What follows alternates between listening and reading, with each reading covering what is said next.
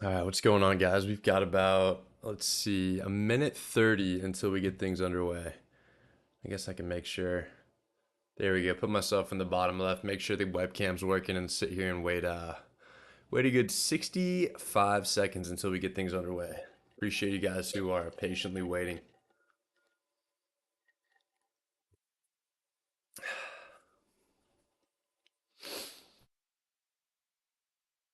We should have a pretty interesting, there we go, more fours in the chat. What's going on, man? We should have a pretty interesting stream tonight. We're going to have a new feature, which is having one of our Discord members hop on and give a little bit of a presentation about their approach to credit spreads. We've got Fridge Opener in the chat. What's going on? The gang's all here. What's up? What's up? We've got 40 seconds until we get things underway.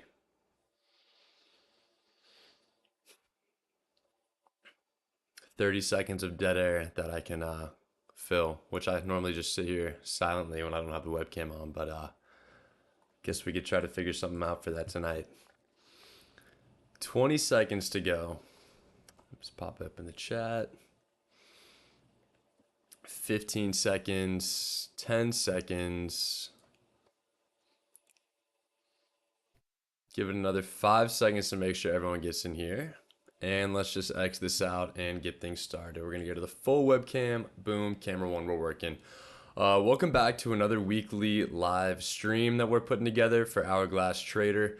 We're doing our stock market scan. We're going to discuss what happened last week. We're going to discuss our strategy for the upcoming week. And as mentioned a second ago when I was rambling, trying to fill some dead time before we kick the stream off, we're going to have one of our members hop on the stream and discuss their approach to credit spreads. So I think that's going to be a fun new little segment here for us, and something I think hopefully will be interesting to you guys. We could all have something to take away, because I think we've got a lot of great people in our group. We've got a lot of smart people. I know I have my approach, and I think it's a very solid approach, but we've got some very talented traders in the group, so I definitely want to give some time to them to share what they've done as well, because I think it's one thing if we put forth what we have, but I think there's a lot of strength in numbers, and if we put our heads together, take some different perspectives, have a few different strategies we can put into play, makes us better traders and hopefully more successful and profitable in the long run. So with that said, let me minimize myself back down to the corner on the normal presentation. There we go. Let's get it started. So last week, if I scroll up here, good news, bad news kind of week, right? We took home a profit of $1,738, as you can see down here. But the big issue with that, so to speak, is the fact that we underperformed the market, the S&P 500. And there are two ways I really want to look at our underperformance from last week. The first is, yes, we underperformed the S&P 500. But two, NASDAQ also got severely outperformed by the S&P 500, and our performance was much more in line with NASDAQ's returns on a weekly basis. So as far as keeping up with the market, I don't think we did too bad of a job. Another thing I want to point out is that we did accomplish our goal. Typically the goal we set forth every single week is to get a 1% return or better. And we accomplished that with the 1.01% return last week.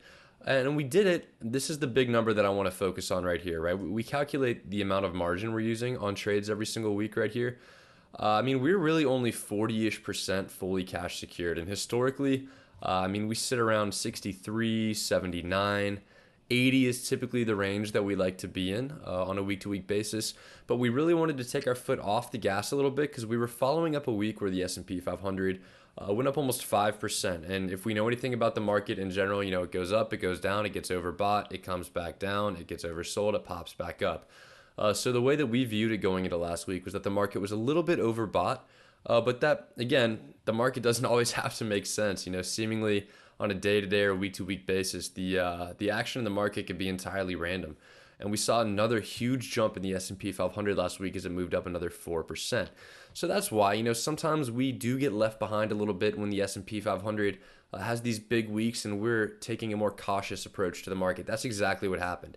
But at the end of the day, we still took home a hair under $2,000. And as long as we're taking profits, we're never going to go broke.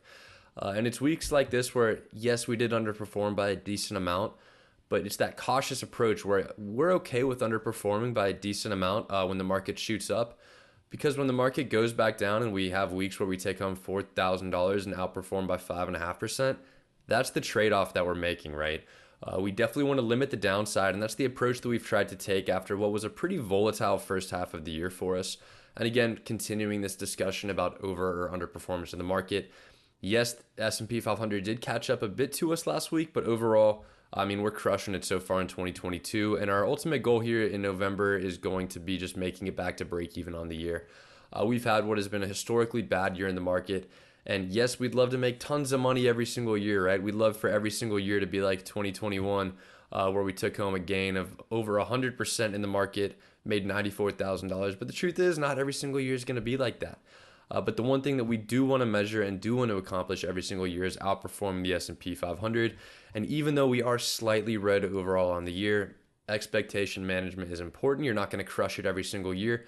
But as long as we outperform the major indices, I think we've done our job. And I think especially with how bad the overall market has been this year, finding a way to turn a profit overall would just kind of be the cherry on top for managing this. Because we'll remember off the bat, we did some very, very bad things in January. Had some other mistakes in April to follow that up. So the fact that we're where we are today, I'm very happy with. But again, that's what happened last week. Did we make some mistakes last week? Let me go back and take a peek.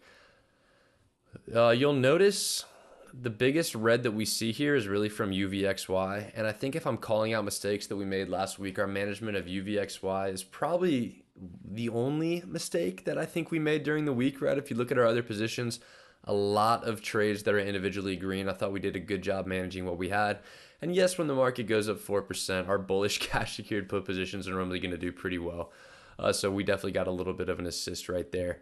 But UVXY, we lost about $1,300 on these cash secured puts. And I think the biggest issue with this is the idea of the UVXY trade, right, is that if the market goes down and volatility shoots up, that UVXY is going to go up. So we derive profit from that when the market goes down on UVXY. So the idea behind that is that it's a little bit of a hedge, right?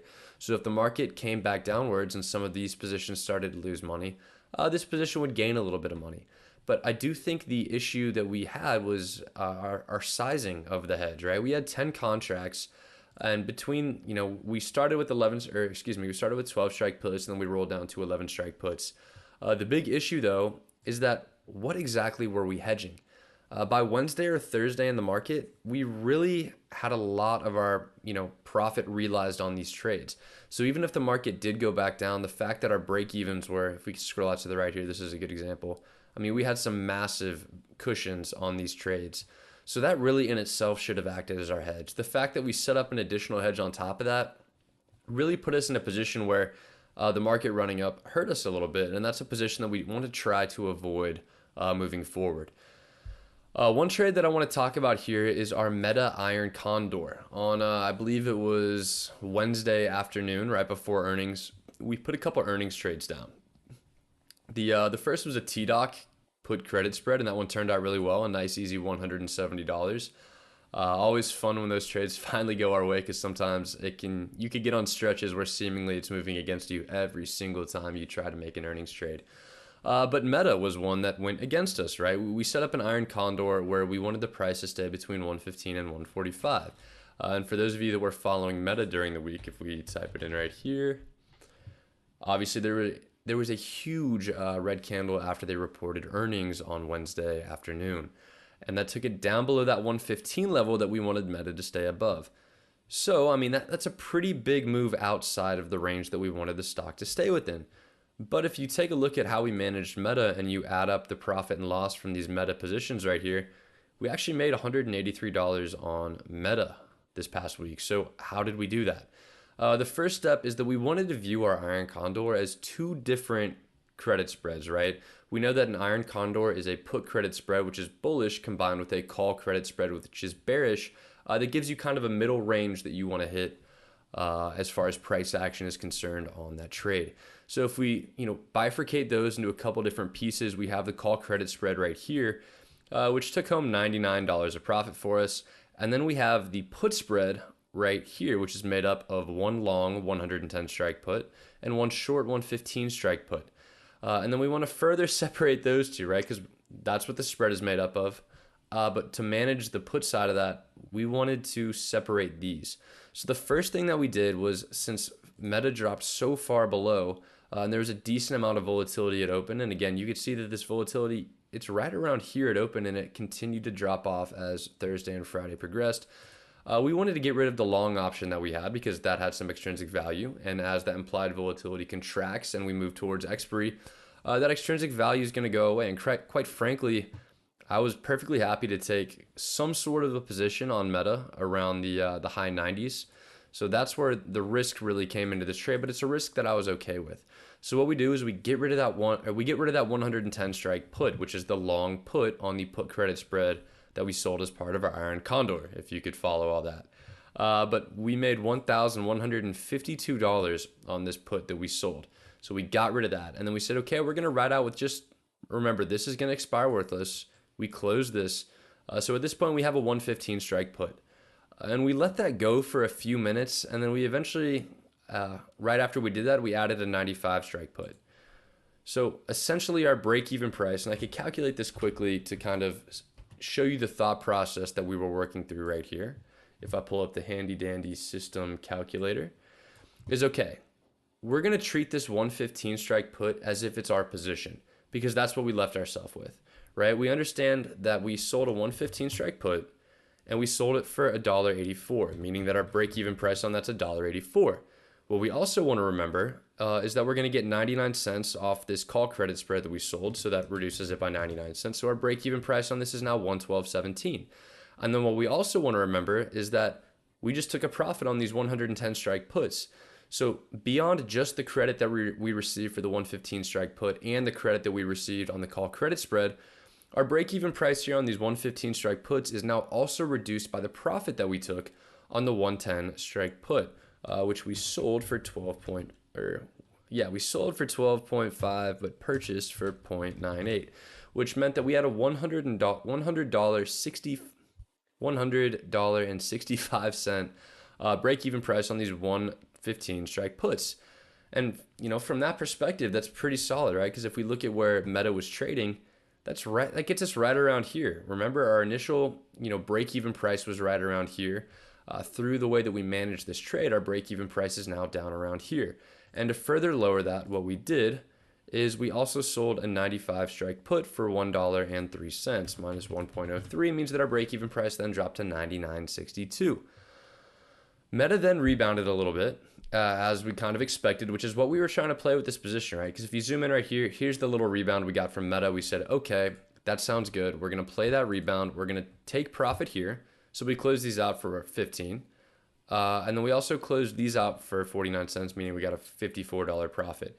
So for all the trades that we made up to this point, we were actually down $11. But we said, our original thesis, just because Meta rebounded to like $100 a share, doesn't change the original thesis that we would be happy to own Meta at that $99, $100 range. So what we did, we looked at our position where we were losing $11 and we said, okay, we'll just go back to a one size. We're going to sell a 99 strike put for $1.94. And that's going to take our break-even price down to about 97-ish. So we started with an Iron Condor, if we back up here a little bit, where our break-even price was right around 114 or 113.50-ish. We managed the trade. We pushed our break-even price down here. We got a little bit of a bounce, and then we took profit on the bounce and used that opportunity to sell something even lower at a lower stake to move our break-even price even further.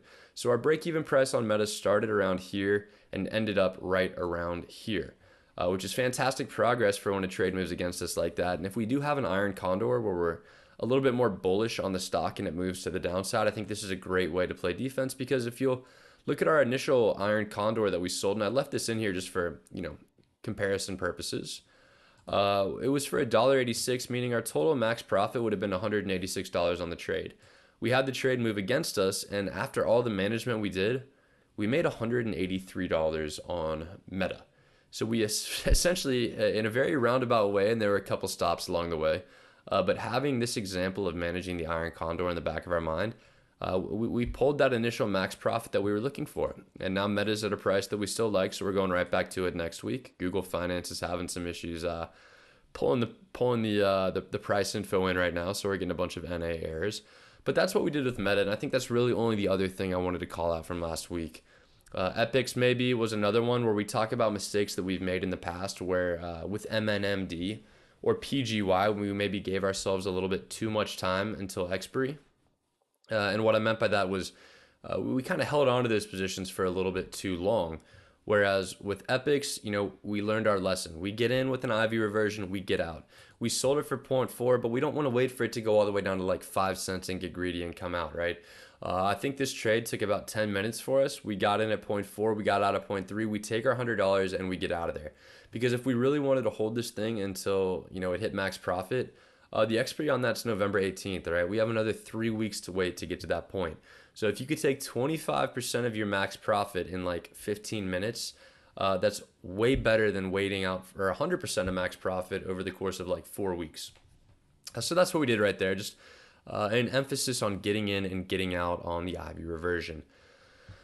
Here's a quick look at what we've got set up for the following week, and we'll talk about this a little bit later in the stream, but just quick high level preview right here, and we could put zeros in to show what max profit would look like if Google Finance can cooperate. But again, very small, and I don't think this is actually correct. I never actually updated these formulas right here. But we do have a very small amount of positions from a cash secured perspective. We're targeting that return of over 1%. And the great part of this is since we do have some smaller positions, we have tons of flexibility for the upcoming week. There's some huge events in the upcoming week that we really want to be careful of. The first of which is the Fed rate hike decision, which is coming on Wednesday afternoon. That historically is really been the catalyst between moving markets up or downwards based off of the stance that the Fed takes, or what information comes out during those discussions. And the other thing is that we're still in, earnings season is still in full swing, and we have seen individual stocks move markets decently based off of guidance, which historically over the past couple of weeks in this new earnings season for Q3 has been very poor. So maybe some bearish sentiment into those earnings as well. But point being is there are two very risky things between what's happening Monday through Wednesday from an earnings perspective and then what's happening on Wednesday from a Fed rate hike decision perspective. Both of those can move the market, so we really want to start small here. And starting small did cause us to underperform a little bit, but look, if we run into the same problem that we ran into last week where we underperform but made money, I'm okay with that, because conversely, if the market shoots down off a bad Fed rate hike decision, we're not going to be, our account's not going to be shitting the bed, right? Because yes, we pointed out earlier in the stream where we still made money last week but underperformed the market, but we're okay with that trade-off because we could go pretty recently and see an example of where the market dropped 3%, almost an equal move to the downside, and we still made money thanks to a more cautious approach that we employed at the beginning of the week. So yes, there's a little bit of bittersweet regret when the market's running up and you don't quite catch all the move. But again, it's important not to get greedy in these markets. Any type of profit is good profit. It's been a really tough year to trade because just stay patient. And those weeks where we have that little bit of regret, a little bit of bittersweet profit, again, you'll remember why we do what we do the next time we see a decent dip in the market, and we can combat that effectively. But I think right now what I want to do is switch over to Carter. Carter, are you on the stream? Shoot me something in the chat if you're here, and we could switch over to you so you could present your segment on how you approach credit spreads. This is something we talked about up front. We've got a new segment on the stream where, I think we've got some incredible people in our trading community that we've got on Discord. And if you're not in our Discord server, always would encourage you guys to join hourglass-trader.com. It's free to join, the free channels. There's a link to do so on the homepage of our website. But Carter is an individual who has been in our Discord server for a little bit of time and has had some decent success with some strategies outside of some of the core stuff we talk about. So I think that the point of this next segment will be to give you guys a little bit of a different perspective and a good way to, maybe learn a different type of approach that could help you in your trading, right? More information is never too bad of a thing. Carter's there in the chat. We're going to pull Discord over here, try to give him a call. Give me 2 seconds. We tested this for like 2 seconds before we went live, so I'm not 100% sure this is going to work. But we will, we'll see. Bear with us. And if it doesn't, we will scrap it and move on. But let's give it a shot. So I'm going to give him a video call on another monitor just so you guys aren't bored to death on what we see over here. Let's see. I'm gonna hopefully turn my computer speakers up and hopefully his voice picks up on my microphone.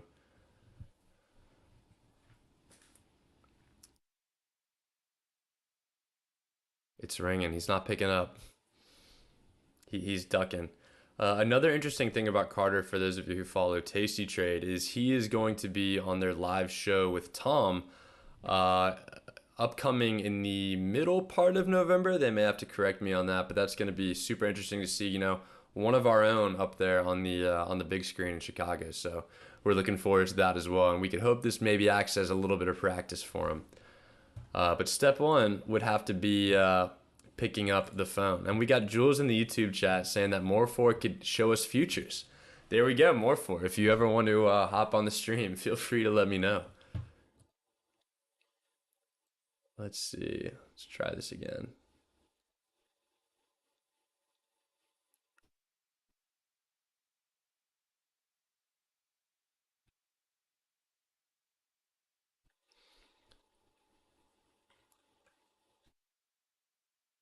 Let's see.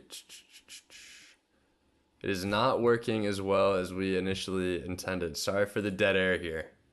Uh,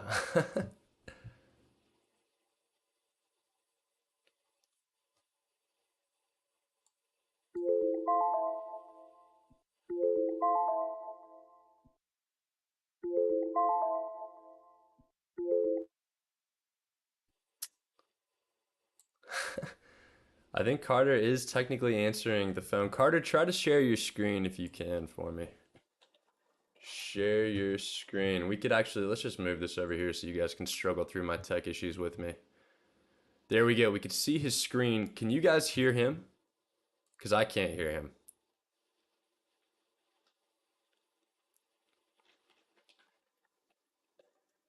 You can't hear him. Let's see if we could move the desktop audio.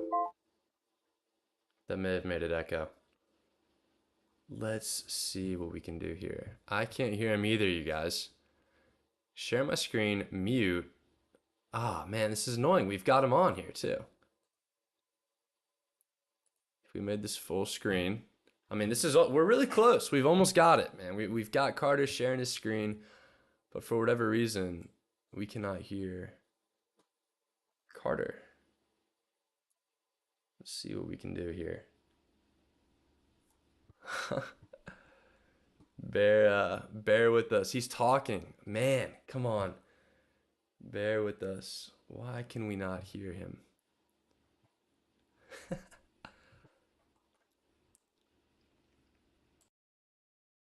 Settings. Oh, here we go. Can you hear me? Yeah, we can hear you. Can you guys listening here as well? Can we get some confirmation that he can be heard? All right, sweet. Anyone in the chat, let us know if you can hear Carter because he's talking. Keep talking though. Just so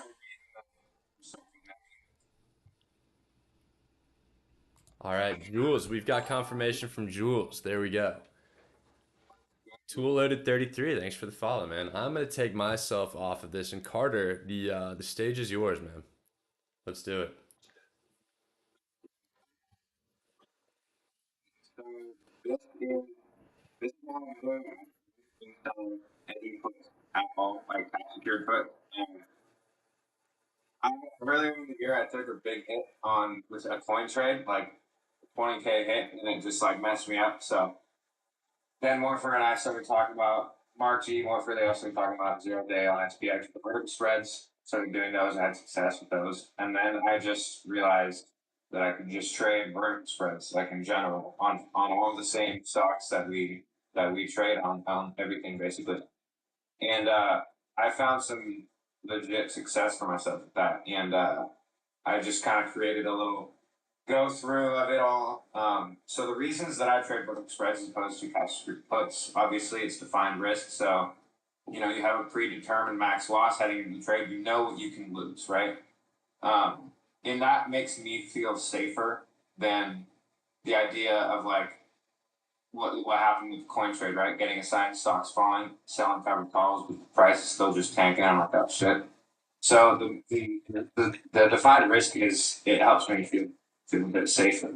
You have the ability to trade all trends, right? So you can put on a call spread when price is going down and play that purely bearish trade, and same with put spreads. And they're significantly cheaper. That's like the nice thing is you can choose your strike risk. Like you can have the same strikes, right? You could have a 50 strike put, which would be like, five K. But if you do like the 55 strike put, $500, and you might even be able to collect the same premium depending on like IV rank within utility levels. And you can trade large stocks. That's what I really like. You can trade large price stocks even with a small account using vertical spread. So it's the same exact thing as being able to choose that strike price risk.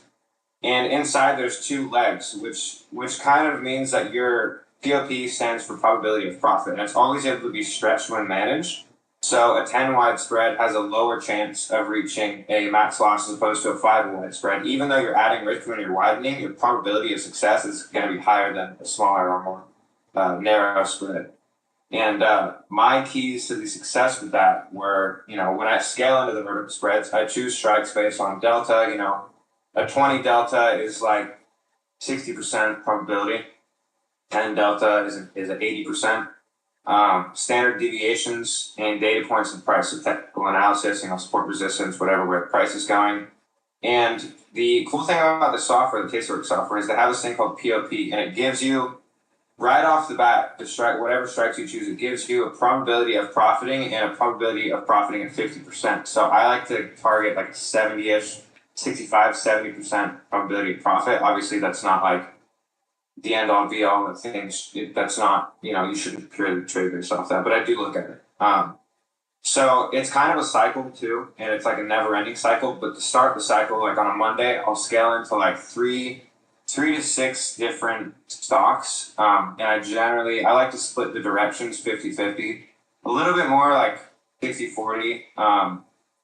Sometimes depending on how bearish we are, as we've seen like week long sell-offs before, so it just depends. But I do like to split directions just because it gives me the ability to make money wherever the market goes. I'm able to take profits, so that always feels nice to me. And like, by Wednesday, Thursday, I usually am able to close out for near 50%, 30, 50% on some of the names, and I immediately replace all of the trades, but I go to the next expiration. So like, I'm continuously having more occurrences in my account, and I'm continuing that kind of cash flow. So it's like replacing a trade with a following weekly trade allows me to take profits almost every day, and it works mainly because all the holdings are directionally different. So, since this market is volatile, as we've all seen, the 100-point rips up and down, some trades I'm able to take profits on faster than others based on the price action in the market. And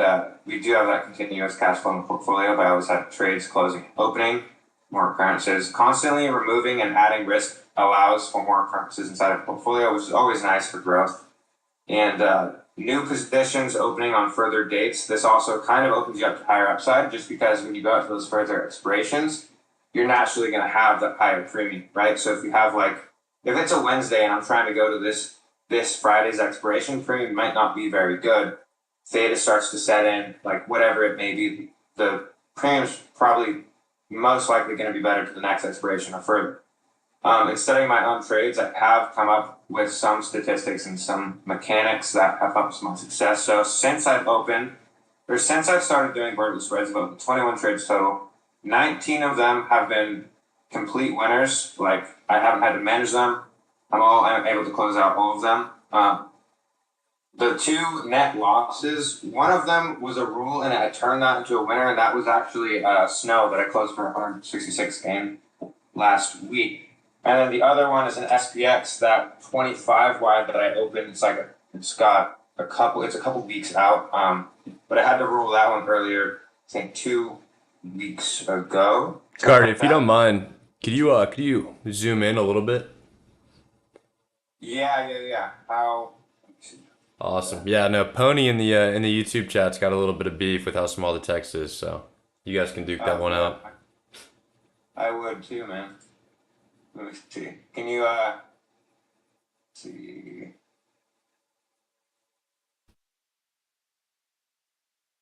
Just control plus, not knock it a little closer for you. Can I what? Just hit control plus to zoom in a little bit.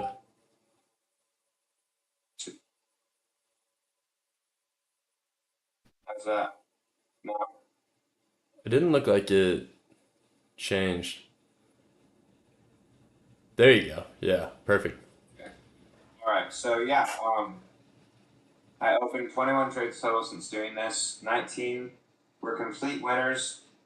Two, I had the rule. One, I closed for a gain. One is still open, so I'm not going to consider that a winner nor a loser until we see what happens with that one.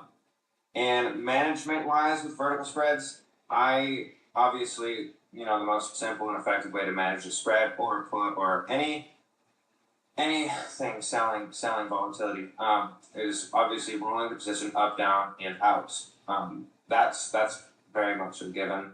And there's definitely times when you have to think in scenarios. So there's times when it may be difficult to collect credit for the roll, and this is when you have to think about specifically the spreads. If you need to widen the spread, which adds risk, but it also raises your probability. And if you want to add risk and widen the probability, that's great. Some you might also want to, wait for price to move back. Maybe you're like, okay, I think it'll bounce off this level, or you might want to wait for a pop in volatility to give you room to roll for a credit without having to add that risk. Those are some good ways. I like to roll. Like I'm just kind of basic guy. I like widening spreads a lot just because it adds probability, and I don't mind adding a little bit of risk if that means collecting a bigger credit and also raising my actual probability of being successful with that given trade. Um, I really like doing that. You always get a pretty hefty credit by widening the spread as well. And one of the more recently popular ways to do this, which you've seen, I know a lot of you have seen this in the chat, like me and Morph talked about it at the time. Closing out the short leg, closing out half of the trade and letting the remaining long leg replace the extrinsic value of the closed leg. So and it works well if it's a timing thing. Like if that stock or whatever you have this trade on is absolutely shitting the bed, it's tanking really, really hard, and you're like, okay, like you might not even want to roll this, you might just be considering closing the trade. That would be a decent time to think about just letting the long leg run. And just letting the stock do what it's going to do and letting that purchased option replace the credit of the closed out short leg or the closed out short leg. That's a simple way to do it. It's not as simple and it's definitely riskier. But the thing about it is you can incur a bigger loss. But with that being said, a positive delta also carries unlimited upside. So this can be a very, very attractive thing to see if it goes your way. Definitely riskier, definitely another way to manage. Again, I don't really like to mess around with that too much.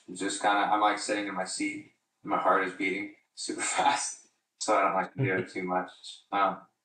And the last way to manage the spread is to simply just close out the entire position, at a loss, and just open a new set of currencies. If you're uncomfortable, if you're uncomfortable with a trade and you don't want to be in a trade, there's no reason to be in it. Close it, move on, get a new trade.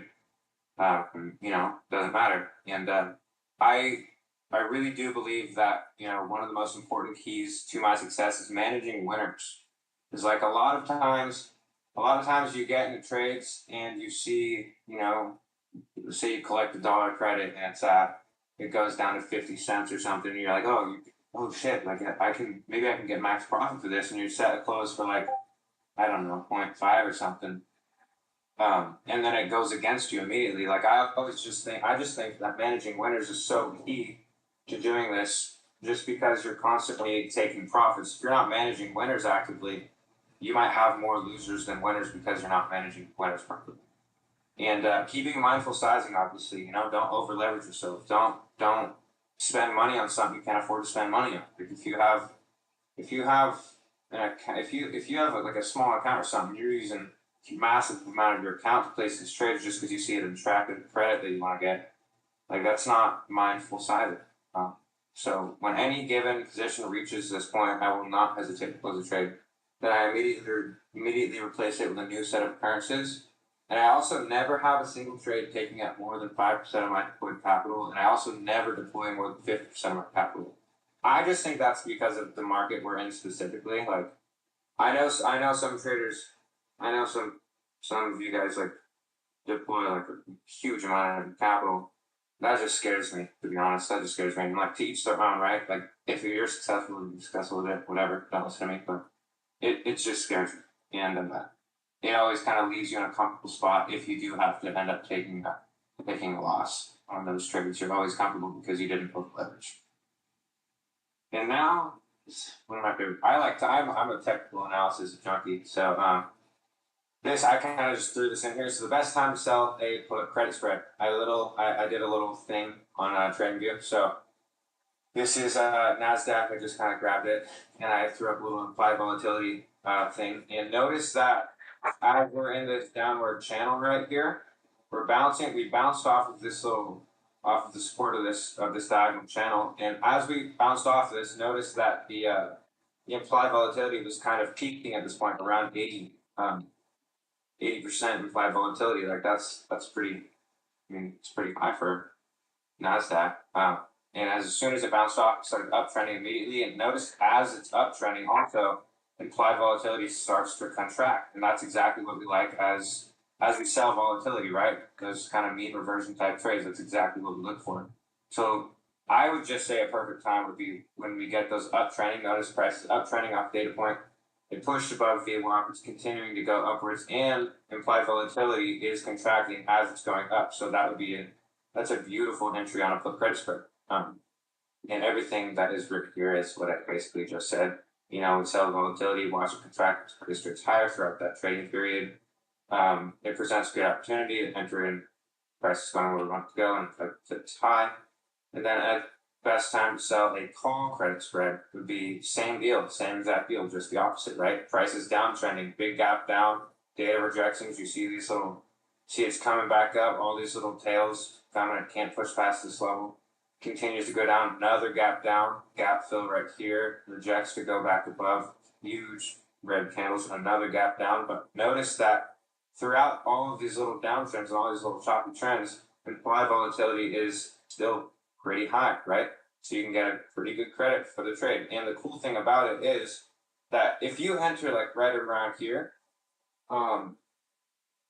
whatever you choose, the strike price is going to be relevant to stock prices, right? So if you have a strike price up here, stock is up here, and it goes all the way down here, regardless of implied volatility levels, your strike price is all the way up here, and stock price is all the way down here. So even if implied volatility isn't contracting as much, notice it's consolidating right here, you're ridiculously safe. You're pretty safe in comparison. And over time, eventually, volatility always contracts. Mean reversion kind of law, we always kind of expect implied volatility to revert back to the mean. So if it's all the way up here at some point, notice it's coming back down throughout the time. That's kind of my whole strategy. That's the way I trade. I really like it.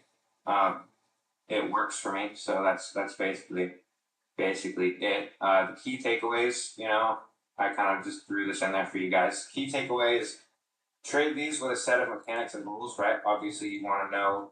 You have a fit criteria. You want to know why you're entering, when you're entering, where's your exit going to be? You want to know these things before you enter the trade. When am I going to exit? When am I going to enter? When am I going to exit? Why am I entering the trade? What's the reasoning? Directional diversification in your portfolio. That's always key, regardless if you're doing verticals. It's like you should always be directionally diversified, right? If you just have completely bearish trades, like your portfolio is 100% bearish, and the market rips up, like you're screwed. You know what I mean? You're screwed. Same thing with bullish side. If you have all bullish trades, market tanks. It's like, oh shit, I can't take advantage of this because all I have is bullish trades. And managing winners, again, that's huge. Like I can't stress that enough. Managing winners is huge. Managing winners is honestly almost because like managing losers is a given. Like we all know how to manage it. Like we all know how to rule a put. We all know how to do that. We all know how to. If we rule a put, we have to add risk as contract. We all know how to do that, but a lot of people, greed gets the best of them, and they don't want to close trades and take profits yet because they think they can get more. So managing winners, super freaking important. And trade small, trade often, right? small size but often trades. A lot of occurrences but not huge size, right? You can have a bunch of different underlyings, and that's okay. Like, that's okay. You can have all these things, and that's what I do, and it works really well. Have a bunch of different occurrences, just don't oversize on them because you're going to be able to have different. You're going to be able to take profits at different times on all these different trades, and get comfortable at thinking in scenarios, right? So just think about like if you have to manage a trade, think about when you have to manage it. Is price going to be relevant to when I have to manage it? Like why? Like it's just get used to thinking in scenarios. I'd say. But the two biggest ones are probably managing winners and having mechanics and rules. So that's my strategy. Thanks for listening to me ramble. Uh, yeah. All right, awesome stuff, man. Appreciate you taking the time to pull all that together for us. And let me pop myself back on over here. There we go. Yeah, but definitely appreciate you time to. Yeah, already tongue tied, and I haven't even been talking for the last 20 minutes. But definitely appreciate you taking the time to throw that together and talk us through your strategy. I think these key takeaways here are awesome, right? Directional diversification is super, super important because, like you said, if the market's taking off in one direction, you want to be benefiting at least a little bit from the move in that direction, as opposed to just being kind of SOL on that. And the trade small, trade often is definitely one of those ideas where I'm happy that you're able to put this in front of us because our typical strategy is one that's a little bit more hands off.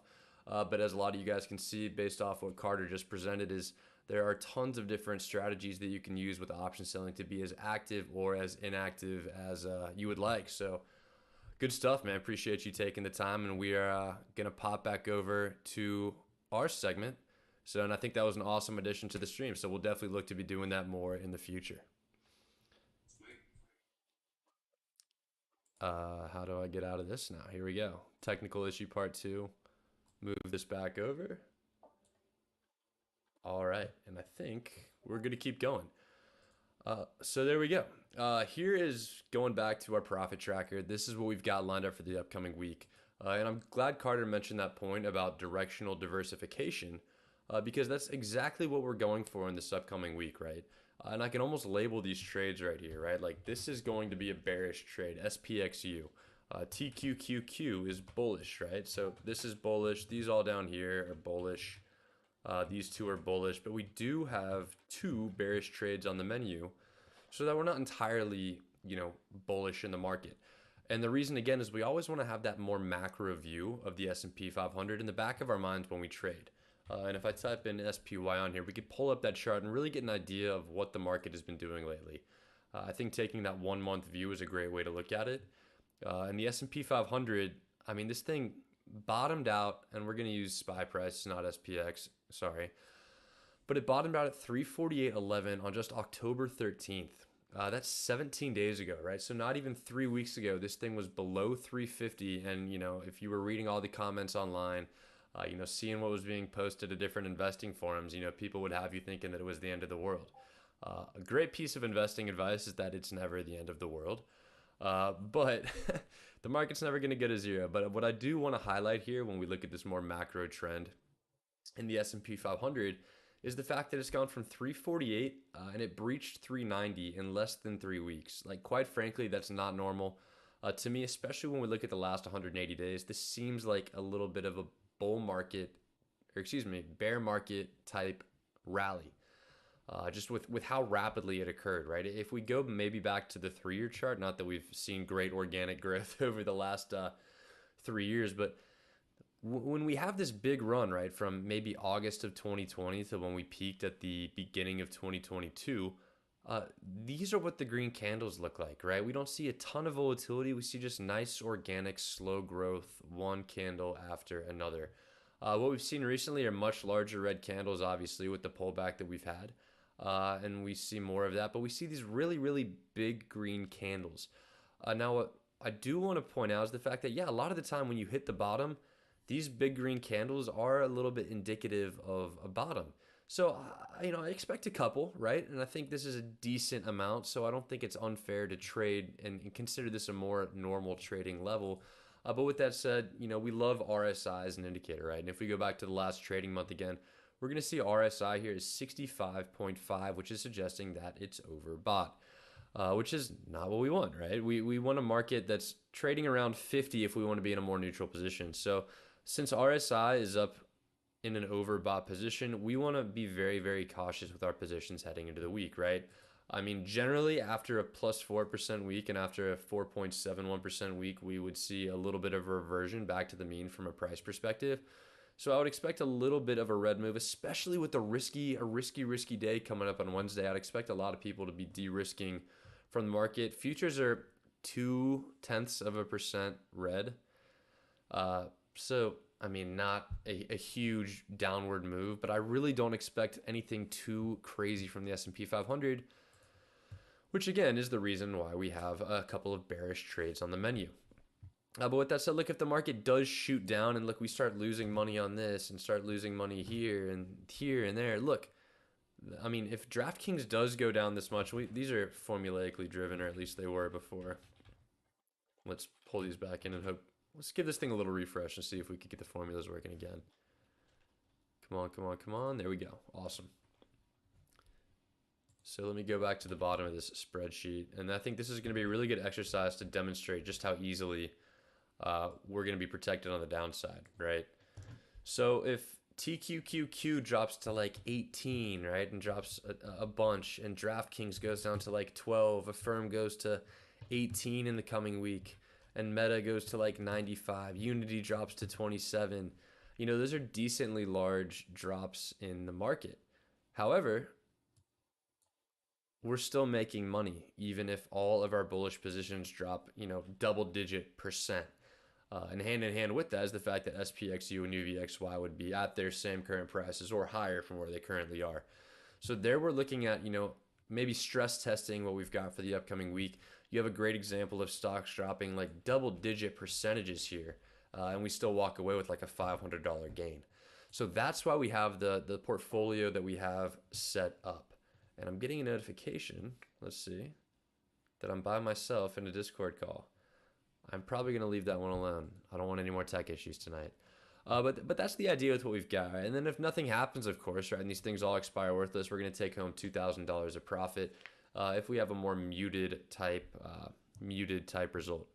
So that's our approach for the upcoming week. And again, if Google Finance weren't being super weird and loading all of these tickers in, we'd see that we're only at about like 30-ish% fully cash secured. So we have a ton of buying power available to us. So that takes us to our main event on tonight's stream, which is what are we going to do with that buying power, right? What's our plan for the coming week? And preliminarily for the coming week, I really want to avoid touching anything until Wednesday afternoon and that rate hike number has been announced. If anything happens Tuesday, Wednesday from an earnings perspective, like for example, I know AMD reports earnings Tuesday afternoon, and 55 is a price that we're really happy with on AMD. That could be a great setup for a put spread because one, if it goes up after earnings, sounds good, the put spread is going to win. But two, we know that we're happy with AMD at the mid 50s level.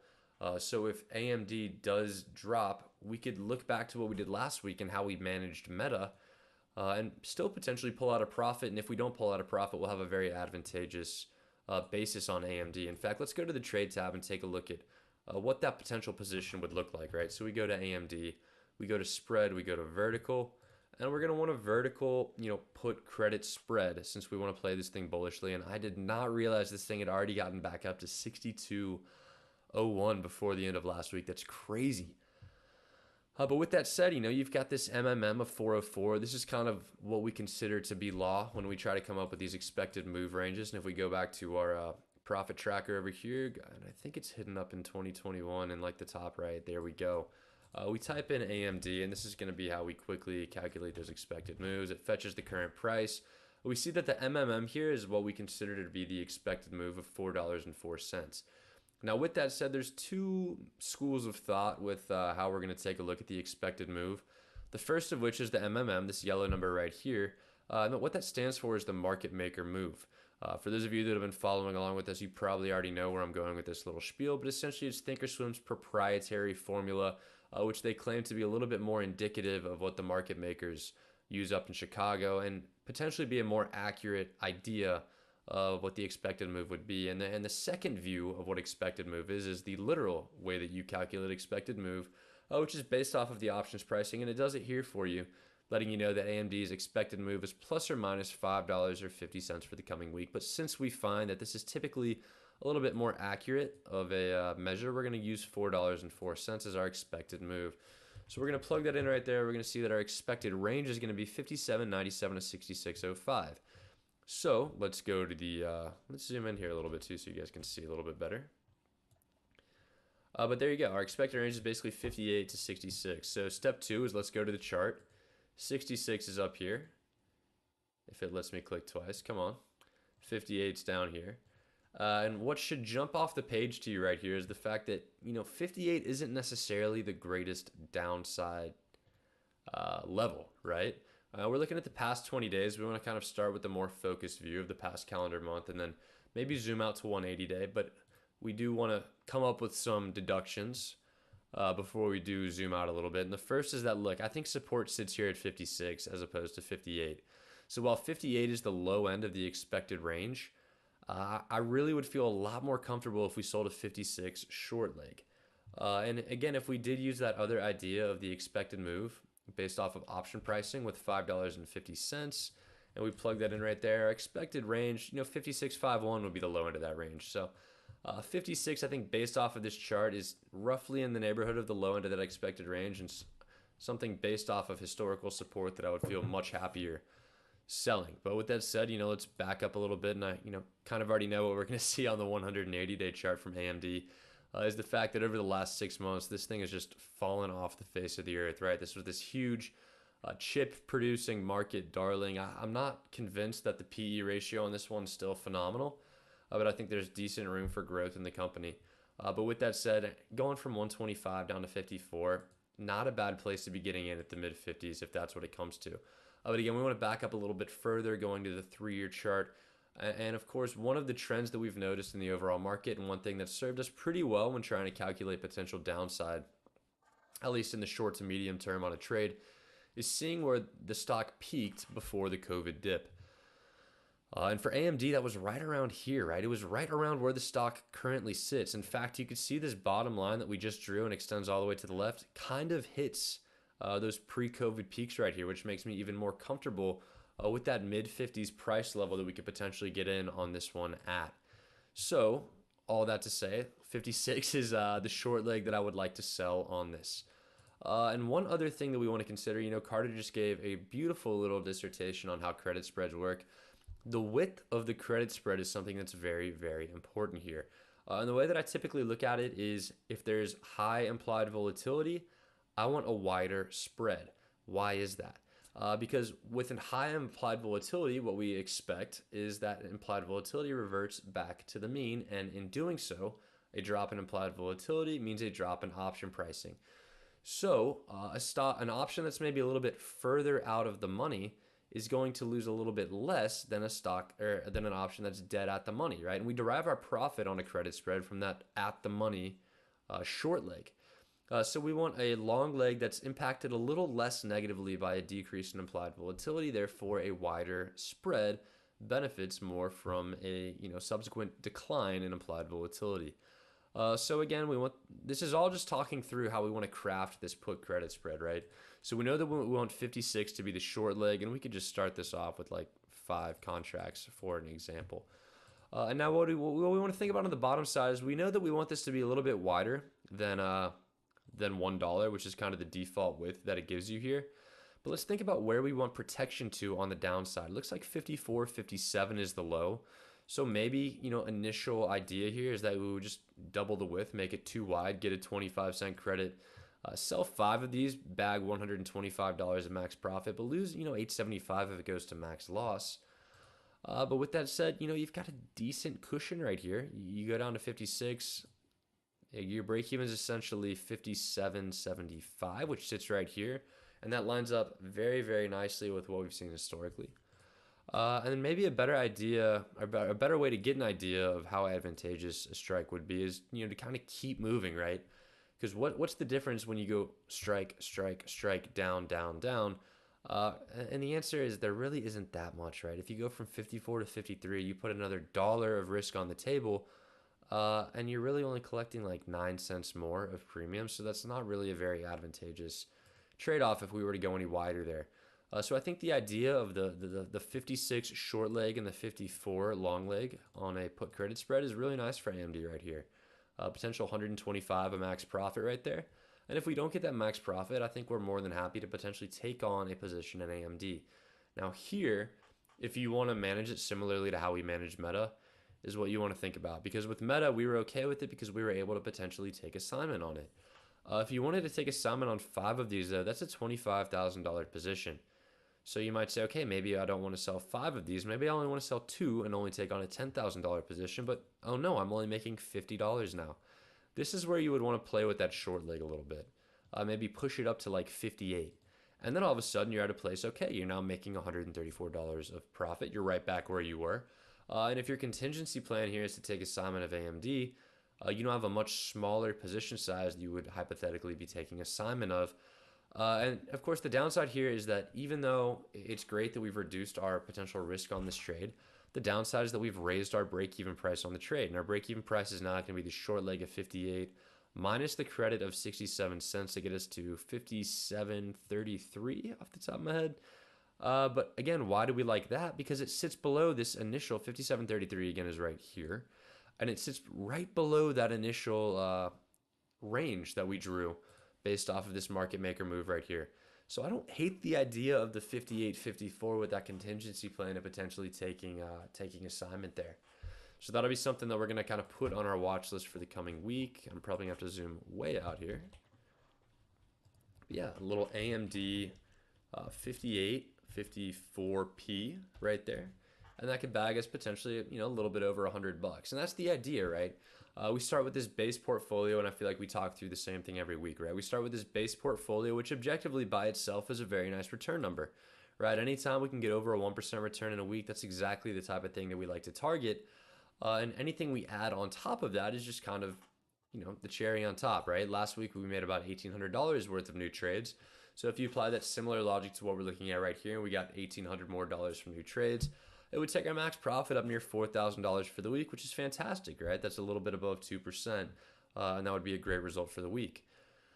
But again, start small, start conservative. There's a couple very risky events coming up in the market this week, so we want that conservative approach so that we're not losing sleep on a Tuesday night or having our heart race while we're watching the market on Wednesday afternoon. But again, start conservative, have this small base level position, which gives you your desired targeted return, and then have this backup list of positions that you could slowly deploy your cash into as the market legs down and down and down and down. And if the market doesn't leg down and down and down and down, you're going to make money. And there you go. So outside of maybe an earnings-driven trade, let's go to the scanner here. Because again, we talked about SPY, the S&P 500. We think the market's going to go down a little bit. Yes, we are hedged against that a little bit through our SPXU position and our UVXY position. But what we did last week with Carvana, I think, is a great example of another way to potentially play the market back down. Because anytime we see the market step up a little bit, we always see just these stocks that we know in the back of our mind are these just super, super crappy stocks that go up like 15% or something stupid like that. And even when the market just flattens out, doesn't even need to go back down, those stocks fall back down. Now, your risk here is that they continue to act independently of the market and, they miss out on the drop back down. But Carvana last week was a great example of this, right? We watched Carvana go from like 13 up to, it did breach $16 a share at one point. So we sold it. Again, we look at RSI, right? We love RSI. When this thing gets into the red, the stock gives back. And again, the market didn't even move down that much. And this thing dropped like 10% from this peak. So targeting like maybe a crappier stock like Carvana. A stock that outpaced on the way up would be a stock that outpaces on the way down. And how am I going to find something like that with high implied volatility and maybe a little bit too high RSI? Let's go right back to the scanner here, right? We're going to want to go to the option hacker. We're going to high ROR puts without earnings. What's this going to give us? It's our classic list. If we run this scan of objectively the highest returns in the market from an option premium perspective, there's some crazy stuff up there. Let me take a sip of my water real quick. We've been going for an hour.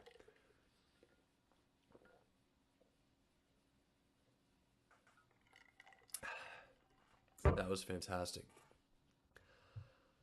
All right, back to the list. And We'll come back to this in a minute, but I do want to kind of close the train of thought that I was just working my way onto. But we know from this high ROR puts without earnings scan, this is giving us stocks with decently high implied volatility. If we intersect this though, remember we historically intersect this with like the oversold stocks to try to find some good ones to get in on the bottom, where we could sell cash secured puts and potentially catch a little bit of a bounce. And that scanner has provided us some great results, but with an overbought market, we almost want to look the other direction, right? So instead of intersecting this with oversold stocks, what we're going to want to intersect this with is overbought stocks, which is going to find us, a decent list of stocks that we could potentially play back down. And I'm glad some stuff came up there because, to be honest, I didn't do this before the stream, and if zero came up, that would have been a pretty anticlimactic conclusion to this train of thought.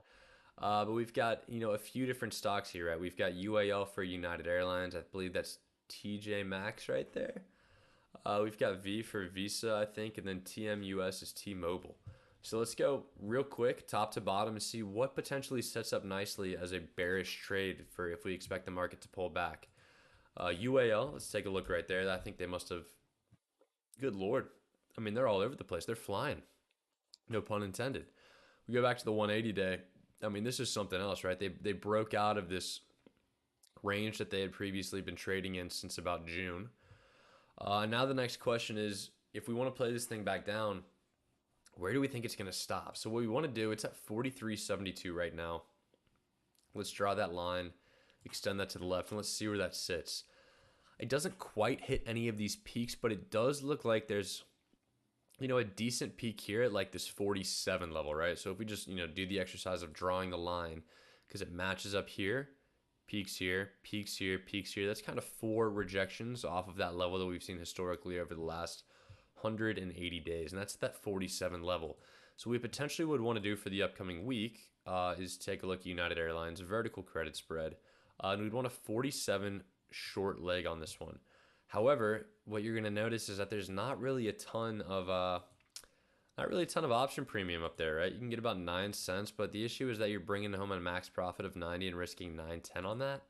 So I'm not a huge fan of that. And the other issue is that implied volatility is kind of falling off a little bit.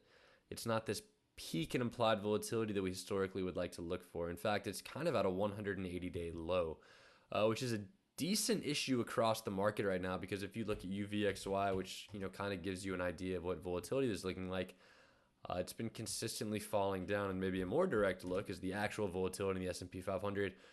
Over the past 2 or 3 weeks has been dropping, decently. But with that said, UAL maybe isn't the best idea for something like that. Let's take a look at TJX, which is the next on the list. I think that's TJ Maxx.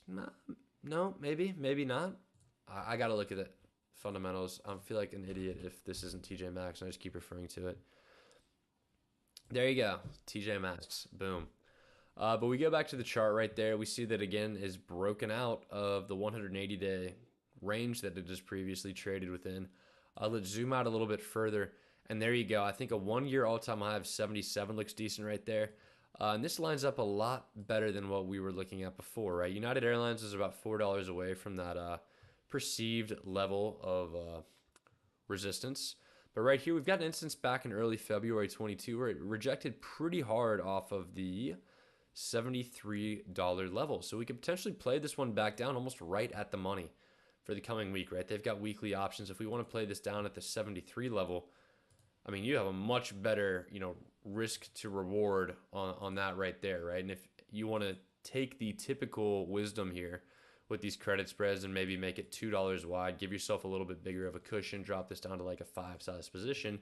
There you go. You've got a 25% ROR credit spread right there, 74.76 on TJ Maxx.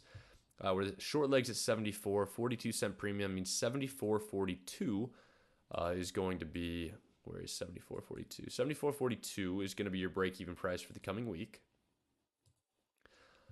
which puts you about a couple dollars out of the money. MMM's $1.25, so numbers-wise, this adds up, right? I like the 74.76 call credit spread on TJ Maxx as a potential bearish position to head into the week. So TJX 44/46, 74.76. And again, these are just ideas, right? These aren't things that I'm going to be sprinting to the market Monday morning because, again, Wednesday is going to be a very volatile event with the Fed rate hike announcement. So if we hold these on Monday, right, and we're just kind of holding our breath to see what happens on Wednesday, and then there's a huge move upwards in the market, and this gets crushed, that's not really a position we want to be in, especially 2 days out from expiry. So the idea is we maybe wait for the more volatile event. I mean, we could maybe open this Monday, try to get out Wednesday afternoon if we anticipate a pullback in the market, but generally we don't want to hold too much through that, and we don't want to add too much before that. And by that I mean that Fed rate hike announcement. But that's one idea we got from that scan right there. And let's go to the bread and butter here. Let's go to HT, high ROR puts without earnings. So we're going to intersect that with some overbought stocks. So let's run that right here. There we overbought. Excuse me, it should be oversold. I was like, this looks this looks very familiar to what we just looked at. So let's run that scan, and we go from there we go. We got about 15 here, and you're going to see some very familiar names. Meta is on this list, and that is a stock that we're on for the upcoming week. YINNXPEVLI. I believe those are all Chinese companies, so we are going to rid our hands of those. NTES. I have no idea what NTES is. NetEase. ADR, which means it's a foreign company. If we go to analyze and type in NTES under fundamentals, what we're going to see is, boom, it's based in Beijing. We're going to ignore that one as well. FXI and EW are the other ones. FXI, what have we got right here? It's iShares for China. Ignore that. And then EW is Edwards Lifesciences Corp. And this is biotech, an area that we typically want to stay away from if we can, but it popped up on the scan as being something that fits the bill for what we like to do from a cash secured puts perspective. So let's take a look here at EW, Edwards Lifesciences. Manufacturer of heart valve systems and repair products used to replace or repair a patient's diseased or defective heart valve. So firmly in the old healthcare category. They reported earnings last week, dropped from 86 down to 70, which is why they're so oversold. Whenever you see earnings, what we want to do is take a look, see what kind of news came out, see what kind of reaffirmed price targets that the analysts covering the stocks have issued. Here we go. We see 93 right here. They've removed from perform to perform from outperform, removed a target. So we see 93. And another good way to do this really quickly is if we pop back into our Discord server here, which I'm trying to, but my computer is stalling out on me a little bit. Go to the charting channel. We could pull this over here, type in /DD analyst, and then type in EW. And just like that, instead of scrolling through the news feed, what we're going to see is everything that happened right there. Right? We saw that downgrade. We've got a couple other banks right here, a buy rating with 100 target. And I believe that's everything since earnings, right? 1026. Earnings were 10. Oh, that was before earnings. Excuse me. So we really only have one price target after earnings, which is Morgan Stanley at 98, suggesting that 70 is not the worst thing in the world. But the other issue is it just seems like there's a decent amount of risk, right?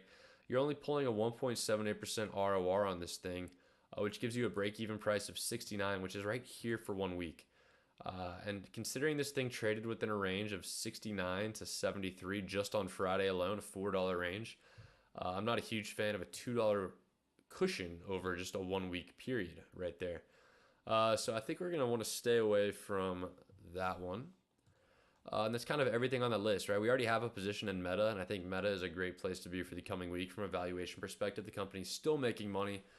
Earnings and forecasts were not as great due to their investment in the metaverse, but the company's still making money hand over fist. And at the end of the day, the one truth in the market is earnings. Their price to earnings ratio, I believe, is now down below 10. Let me see if I could check on this real quick. Where's Meta? Customize, and I think you could type in PE, price to earnings. See if we could find it here. Price to earnings ratio. Let's add that to our list here.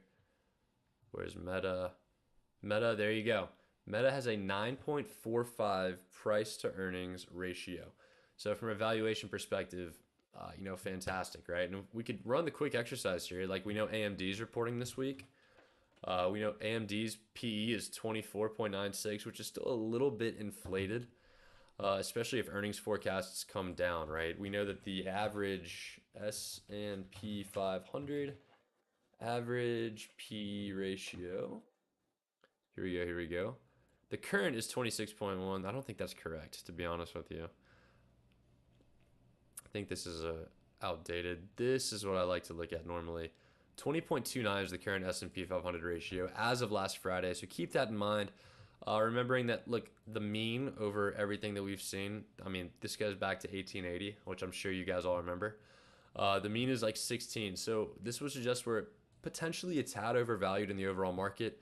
But again, when we look at PE ratios, 24.5, 24.96 is a hair above that, right? But Meta down there at 9.45, I believe is fantastic value for the type of company that it is. So happy to invest in Meta. And again, valuation, especially during earnings season, is something we want to pay a lot of attention to. Something a lot of people are getting their panties in a wad about is Shopify, which has an NA, but I'm pretty sure it has a more astronomical PE as well. But we're also working on the side about, pulling together some more alerts for the Discord server saying, hey, here's a list of stocks that report today. Here's their market cap. Here's their PE ratio. So you have that info in front of you, and you can be empowered to make decisions through that as well without having to do all the research on the side. So just another area in our Discord server where we're aiming to add a little bit more value with some of these alerts as well. So stay tuned for that. That should be coming, honestly, relatively soon. I think in the next couple weeks. But that's definitely what we want to keep in mind as we talk about earnings for the coming week. But another one where, look, last week was kind of boring, but what I like to say with our strategy in our group is that boring weeks are good weeks, because a boring week is a week that we make money. And we may not just blow the doors off the place, but as long as we're making money and stringing together profitable weeks, things are going to be okay. Did we underperform last week? Yes, we did, but that is, I think that's probably the biggest risk in the strategy that we run, right? Is that the market runs up and we just don't quite run up as much. But regardless, return of over 1% on a weekly basis is always respectable. The market's not always going to do this every single week, right? If the market went up 4% every week, my long portfolio would make enough money to have me retired and never need to work again. And that's not the case. So, yes, weeks like this happen, and yes, weeks like this happen back to back, but it's important not to get so caught up in the green in the market that you forget weeks like this where it drops 3%, yet our conservative approach and the strategy that we put into place still managed to make us money on a weekly basis. So that's what we've got for the coming week. And again, general game plan, don't touch anything until the Fed makes their decisions on Wednesday. I think it's okay to maybe have an earnings trade or two, right? We've got AMD right here with the potential earnings trade for when they report Tuesday after market. But in general, I think it's going to be smartest just to have a small portfolio. Take your time. There's no rush, right? We have all the time in the world to invest, to add positions, to roll positions. I feel like maybe it's tough when a day goes by and you're like, oh man, I really just want to put money into something, but nothing looks good. And then 5 days from now, something comes up and you've already spent your money. You're like, oh, that looks great. I feel like every week or two in the market, there's like a great can't miss opportunity. So just keep your money on the sideline. Wait for that. If that money needs to be spent scaling into what you're currently holding, so be it. That's part of the process. That's how we manage losing positions and how we, pull profitable weeks when the market's pulling back. But I think we can't be far away from another downturn in the market. So we always want to have that in the back of our head. And again, if the downturn in the market doesn't happen, we could just pull $2,000 and not have to lift a finger for the next week. I think that's a pretty good ROI on effort that we put in. But with that said, we're a little bit over the hour mark. That's what we've got for the coming week. Unfortunately, not a super intense game plan for the coming week. That's kind of the way that we're viewing things. But appreciate you guys who tuned in for another weekly edition of our stock market scan. Special thanks to Carter for presenting his segment on credit spreads. And thanks to those of you who tuned in to watch and support him for that. He's going to be on Tasty Trade programming sometime in the next couple of weeks. So we'll make sure to get a link out to everyone so you can watch what hopefully was the main event for his warm-up tonight. But with that said, thanks for watching. This has been Hourglass Trader, where as time passes, we make money. I feel like I need to put myself, there we go, back in full screen. Thanks for watching, and hopefully we'll talk to you guys again next week. Same time with a little bit more money in our accounts than we have right now. But appreciate all the support. Thanks for tuning in, and we'll be talking to you guys in the Discord server. If you are not in the Discord server, hourglass-trader.com. The link is on there, and it should be pretty easy to join. But thanks for watching, and good night. Good night, Jules, and the YouTube chat popping in there, and more for. See you guys this week, and hopefully it's another successful one. Thanks, guys.